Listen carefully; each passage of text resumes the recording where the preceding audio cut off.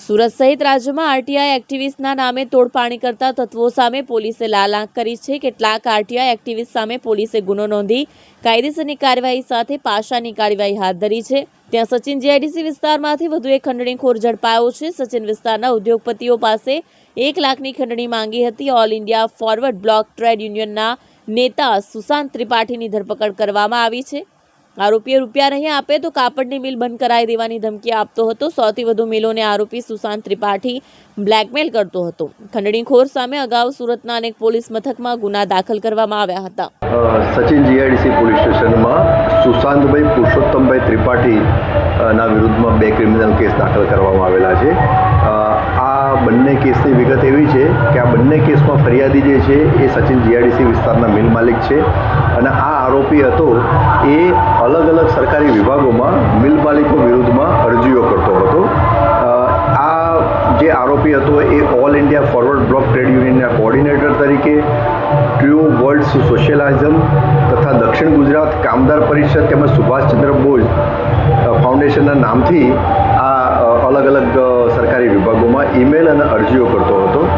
આ ઈમેલ અને અરજીઓ કરવા પાછળનો એનો આશય એ હતો કે મિલ માલિકો જે છે ભોગ બનનાર એમને દબાણ કરી એમને પ્રેશરમાં લાવી અને એમને ધાક ધમકી આપી અને એમની પાસેથી પૈસા પડાવવાનો આનો આશય હતો।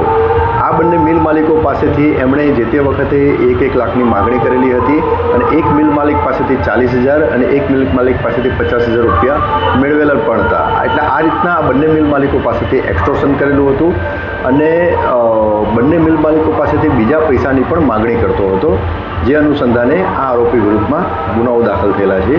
આરોપી તપાસ દરમિયાન મળી આવતા અને પૂરતા પુરાવા એકત્રિત થયેલ હોવાથી આરોપીની ધરપકડ કરવામાં આવેલી છે। આ આરોપી વિરુદ્ધમાં અગાઉ કુલ 4 ગુનાઓ દાખલ થયેલા છે, જેમાંથી 2 પાંડેસરા પોલીસ સ્ટેશનમાં, એક કડોદરા જીઆઈડીસી પોલીસ સ્ટેશનમાં અને એક અઠવા લાઇન્સ પોલીસ સ્ટેશનમાં દાખલ થયેલા છે।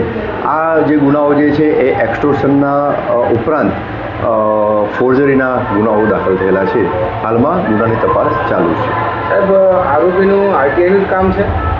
ના, આરોપી અલગ અલગ સરકારી વિભાગોમાં ઈમેલ કરે, અરજીઓ કરે અને આ જે આરોપીનું જે કામ જે છે મેઇન એ લેબર પહોંચાડવાનું ઇન્ડસ્ટ્રીમાં, એટલે એ લેબર મારફતે એને મિલની અંદરની માહિતી એને મળી જતી હતી અને એનો ઉપયોગ કરી અને એ બિનજરૂરી હેરાનગતિ કરતો હતો મિલ માલિકોને અને એમની પાસેથી પૈસા પડાવવાનો એનો મુખ્ય આશય હતો।